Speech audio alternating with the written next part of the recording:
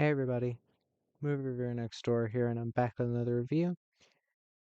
And this time I saw Till Death Do Us Part. This is a 2023 action thriller film directed by Timothy Woodward Jr., and it stars Natalie Byrne, Cam Gigandet, Jason Patric, Orlando Jones, and Sir Darius Blaine. In this film, after bailing on her wedding, a former bride-to-be must fight off her ex-groom and 7 angry killer groomsmen in order to survive the night. So, what did I think of Till Death Do Us Part? Well, I was looking forward to this, believe it or not, even with the poster, even with the trailer, and people saying, oh, it looks like it's going to be shit. I was optimistic about it. I was like, okay, this is a very interesting premise. You are guaranteed multiple sections for fight scenes. If you have some good choreography and good editing and everything, they could be killer fight scenes, have some gore in there. You have Natalie Byrne, who is an accomplished martial artist who I think actually can do the whole badass thing.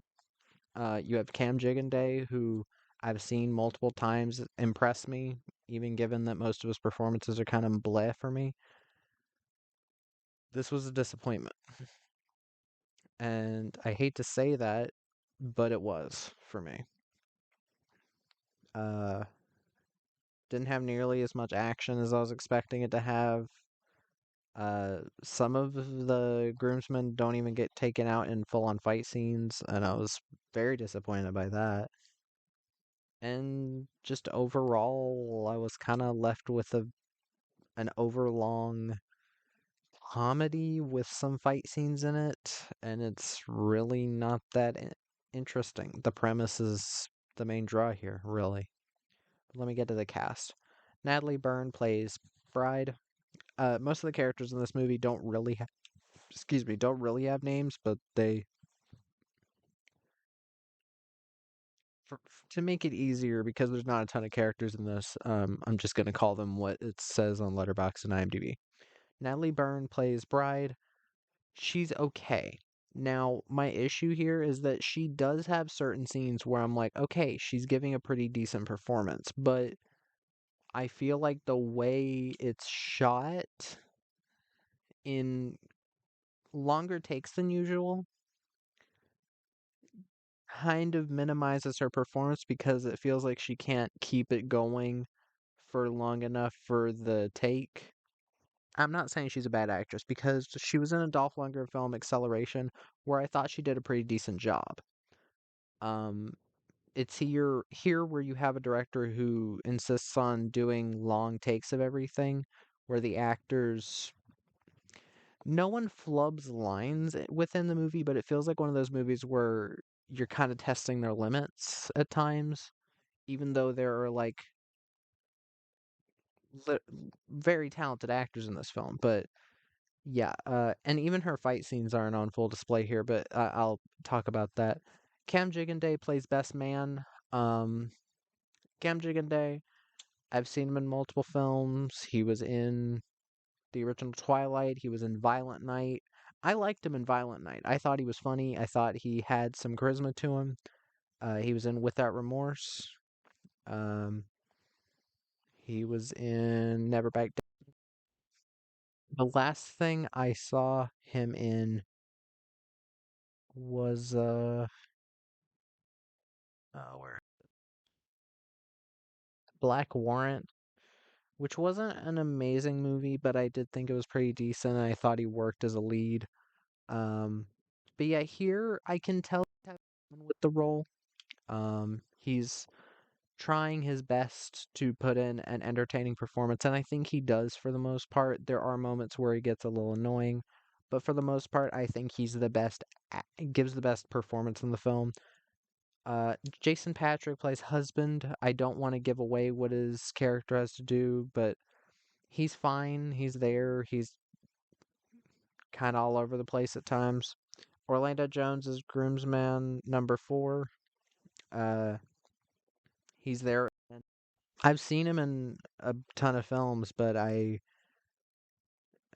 like Evolution, but again doesn't really do much here. And Sir Darius Blaine as Groom, I think given better allocation of a screen time, this performance could have been a lot more fun and threatening. Just a second, I'm trying to mute something. Yeah. But yeah, um here's the main issue with this. This film is way too long. Is 111 minutes. Um it's 111 minutes, which is a very big issue with this because with a film like this, you usually want it to be fast paced. You'd want it to be, oh, I don't know, exciting, and it doesn't do either of those really. There's um,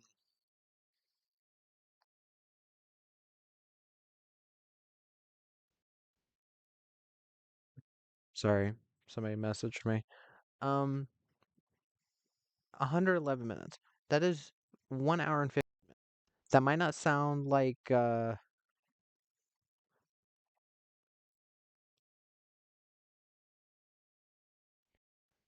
that might sound not that much if you don't watch movies a lot, but for a movie like this that doesn't have much plot, um, it is, and it really does show. Because there are many scenes that go on for way too long.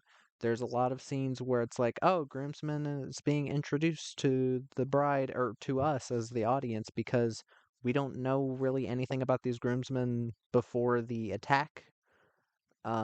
So it'll be like an entire minute long introduction for each of them. And it's like, oh my God, just get it the fuck over with. I want to see them fight. And when you don't have enough story to go along with the action scenes, and again, the action scenes aren't that well executed for the most part, then you're left with a very hollow movie.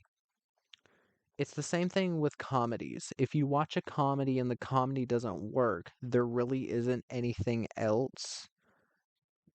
Like maybe cinematography, but good cinematography is not all you need to have a good movie. Same with soundtrack. If the score and cinematography are amazing, but the story and the acting and everything else suck, then it's still a bad movie.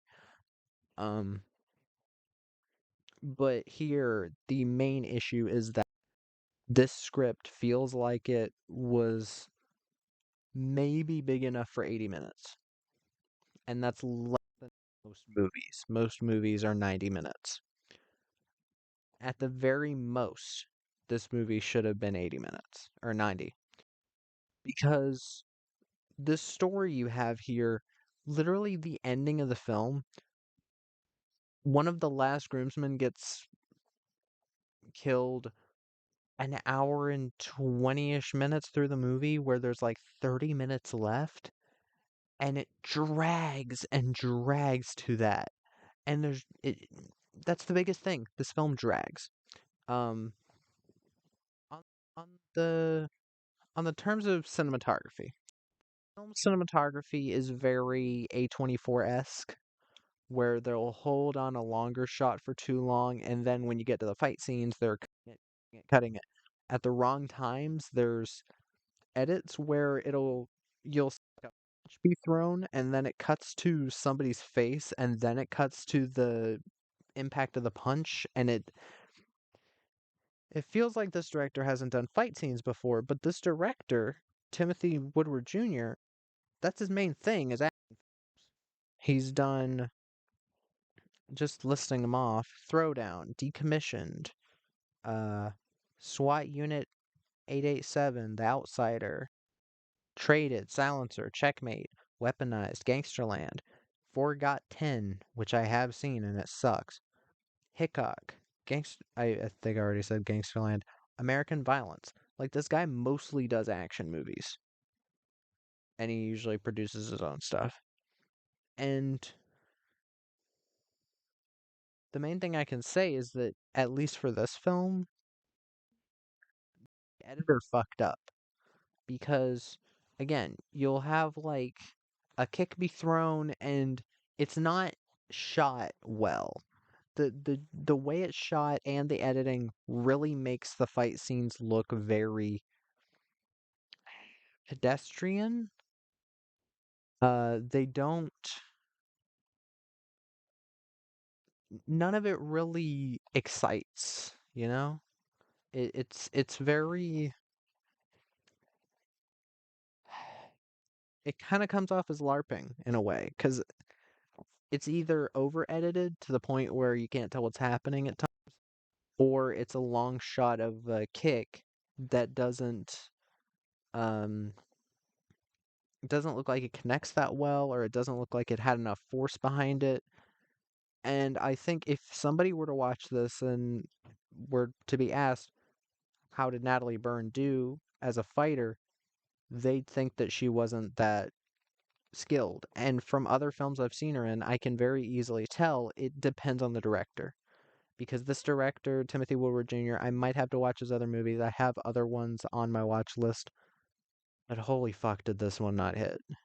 And I'm so disappointed because I love this premise. Again, like wife tries to bow out of a wedding, 7 killer groomsmen are sent after her, and then the groom himself.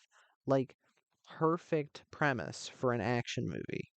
Perfect, especially for a female one, like a female driven one. That this could work, and you could have some like interesting subtext about it.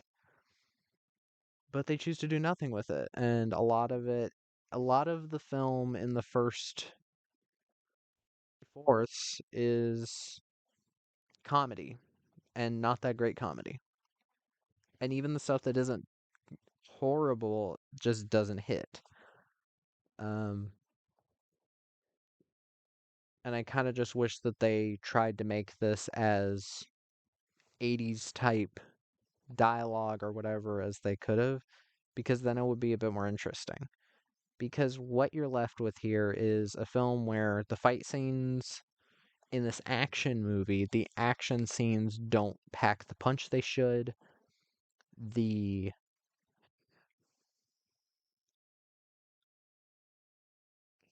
the again, the comedy doesn't stick. I don't really feel thrilled by it. Um, it takes way too long to get where it's going. I think the first fight scene happens about 30 minutes into the film, and it's really disappointing because I was like, "Oh, we're getting our first fight scene now."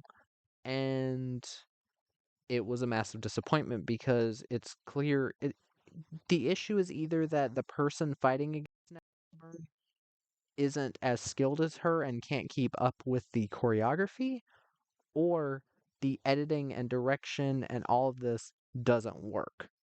Because again, I saw Natalie Byrne do a really impressive fight in Acceleration. Now, while the rest of the action wasn't as good as that fight between her and I have to th- I have to bring her up because it was a pretty good fight for the type of movie that was, and especially she was in Lady Blood Fight. Myling Yang or NG, I don't know how you pronounce that. But she was also in Lady Blood Fight, and she's a terrifying, terrifying looking woman, and it worked. And I bought the fight. The fight worked. It was edited well. There was some nice neon lighting in that movie. I would watch that movie over this. Even though it wasn't amazing, it still worked for what it was trying to do. It was like, oh, go here, go here, go here, go here, and your son will be safe. But I can understand why this has really low ratings.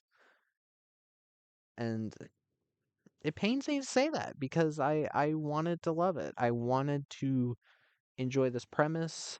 There are a couple moments.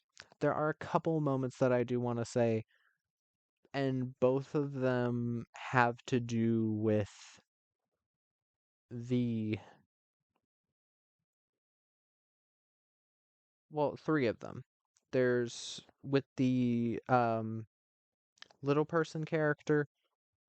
There's a bit where he's like getting ready to fight her and he's like, I was the heavyweight champion of my people, and then she just kicks him into boxes and then the boxes fall on him. I know I'm a bad person for laughing at that, but I found it funny. The comedic timing did kind of work, and him just like flung off into the boxes and then them falling on him was funny. Um, there's later a character that is, um, she gets a chainsaw and cuts them in half. There was some decent gore there. Um, and there's a character that gets stabbed with a wine bottle, like a ton of times, and that was fun.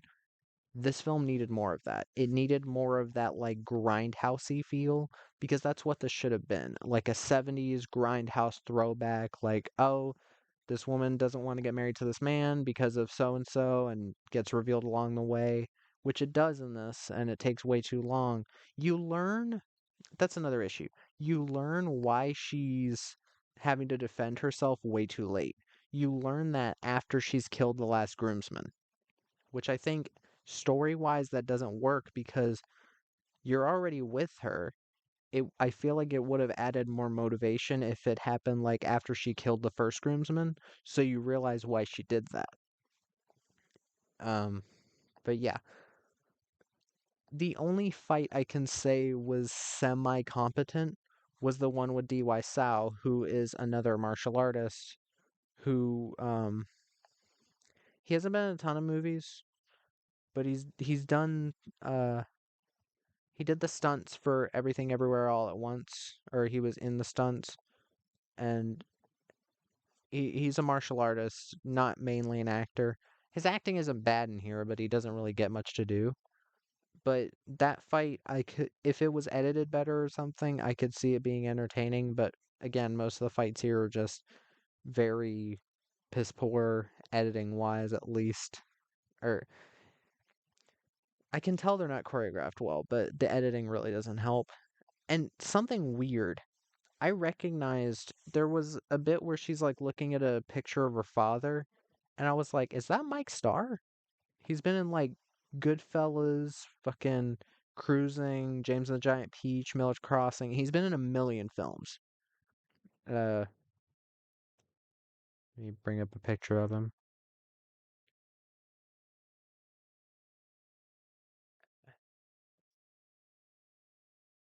Yeah, you can't see that. Oh, there you go. This guy. Yeah, he's in a lot of gangster movies, or he plays like thugs and henchmen. Um, I was like, wait, did they get him just to do a picture for the movie and he's actually in the cast? That was weird. It was cool to see his face, I guess, but he didn't do anything because he was not really in the movie. But yeah, that's really all I have to say about this. I just wish it was better. What can I give to this movie? You've got a decent location, this like pretty, very pretty house in the middle of nowhere. You've got some decent music. I don't know how they got all this music on the $3 million budget, but there's some like classic songs in this film. They're covers, but still, that still costs money. But yeah, I think what they really should have done is not get all of these other people like keep Natalie and Cam Gigandet and have a bunch of other no names. Like I think or people who aren't as well known as Orlando Jones, Cam Gigandet, or Orlando Jones at least. But yeah, this movie was just really a letdown for me. But yeah, um, that was my review of Till Death Do Us Part. If you've seen the film, let me know what your thoughts are in the comments. If you have any recommendations, put those down there as well. And movie reviewer next door out.